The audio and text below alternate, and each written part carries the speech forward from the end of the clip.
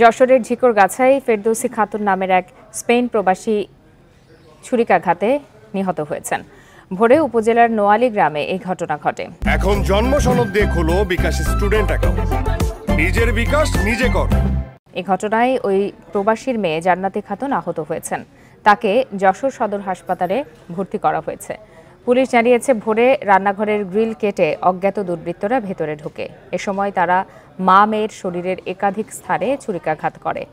তাদের চিৎকারে প্রতিবেশীরা এগিয়ে এলে দুর্বৃত্তরা পালিয়ে যায়। পরে প্রতিবেশীরা ঘরে ঢুকে ফেরদৌসীকে মৃত দেখতে পান। ফেরদৌসী তাঁর ছেলের বিয়ের উদ্দেশ্যে পরিবারের সদস্যদের সাথে সম্প্রতি দেশে আসেন। শ্রোতাল করলে বোঝা যাবে যে কীভাবে মারা গেছেন, তবে ছুরিকাঘাতে মারা গেছে বলে আমার ধারণা। আর যতটুকু ধারণা 1 থেকে 2 জন ছিল এরকম।